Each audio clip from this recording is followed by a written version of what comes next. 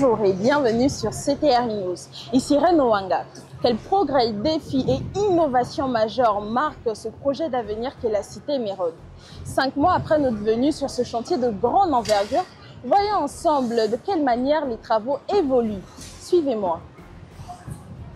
14 immeubles en pleine sortie de terre pour 30 milliards d'économies par an pour l'État. Il s'agit de la cité Émeraude.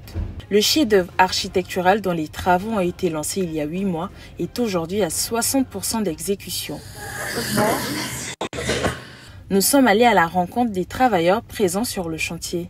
Depuis votre dernière visite il y a 5 mois, vous aviez remarqué à la première visite que le lot 2 était au niveau des fondations. Et présentement, nous sommes en train de finaliser la partie grosse œuvre.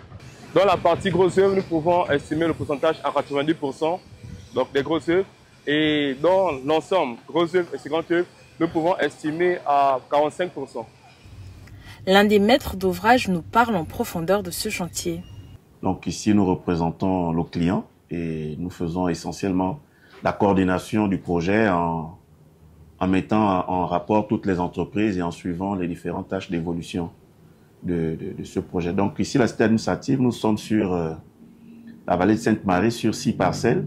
Nous avons engagé actuellement 4, essentiellement avec les sociétés BCC qui ont 4 immeubles R+8, la société Crête qui a 2 immeubles R+8, la société ETAG qui a 2 tours R+9.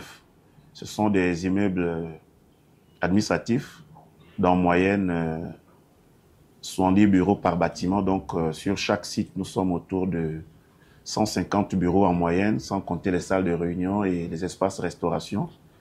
Notre capacité moyenne d'accueil est autour de 450 personnes en moyenne, en dehors des usagers, des visiteurs.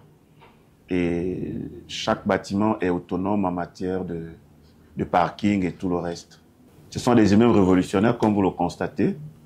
Le client a demandé à avoir quelque chose de pas quotidien ici à Libreville. Entre autres BCC et ETAG, nous avons la société Crête qui n'est pas visible de ce côté. Et souvent, quand les visiteurs arrivent, ils ne se rendent pas compte qu'on a aussi deux tours jumelles derrière. Ce sont des immeubles R+8 qui ont la même capacité que les autres, à une différence que l'architecture change. Irlène Mouketou, responsable HSE, nous a expliqué de quelle façon les déchets générés par l'activité du chantier sont gérés. Étant responsable HSE, j'ai la responsabilité de mettre en sécurité les employés et les visiteurs sur le site. Pour limiter l'impact environnemental, nous avons la gestion des déchets est faite de manière sélective. Nous trions les déchets par genre et nous avons un sous-traitant qui vient pour nous débarrasser de ces déchets. Qu'en est-il de l'économie d'énergie? Nous réduisons au maximum la consommation de l'énergie de manière à éteindre les lumières lorsqu'elles ne sont pas utiles. Nous utilisons des ampoules LED et nous avons des détecteurs de mouvement. C'est-à-dire lorsqu'il n'y a pas un mouvement quelque part, les lumières ne sont pas allumées. Et nous avons également procédé à la commande des panneaux solaires pour l'éclairage général du chantier. L'exécution d'une tâche technique n'étant pas chose facile, les ouvriers et les maîtres d'ouvrage sont confrontés à quelques difficultés relevant de la qualité de la main-d'œuvre et du climat.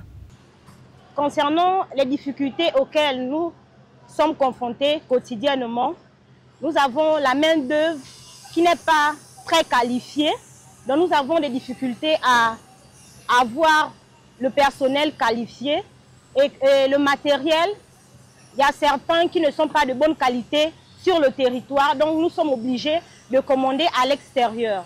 Pour le climat, nous sommes confrontés à des difficultés climatiques telles que les pluies. Lorsqu'il y a des pluies, nous sommes en arrêt de travaux parce que les ouvriers ne peuvent pas travailler sous la pluie. Pour Henri Patrick, ouvrier sur le chantier de la cité, ce travail est une aubaine qui lui permet de subvenir à ses besoins.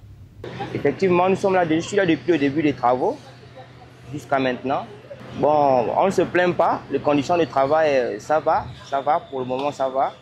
Nous sommes pour le moment en CDD, mais d'ici le mois de janvier, on va monter en CDI. Puisque pour mon salaire, j'avoisine environ les 400 000 francs, donc je ne me plains pas. En ce moment, au niveau côté salaire, je ne me plains pas. Ça me permet de prendre soin de moi, ma famille et subvenir à mes besoins, épargner aussi un peu. Voilà.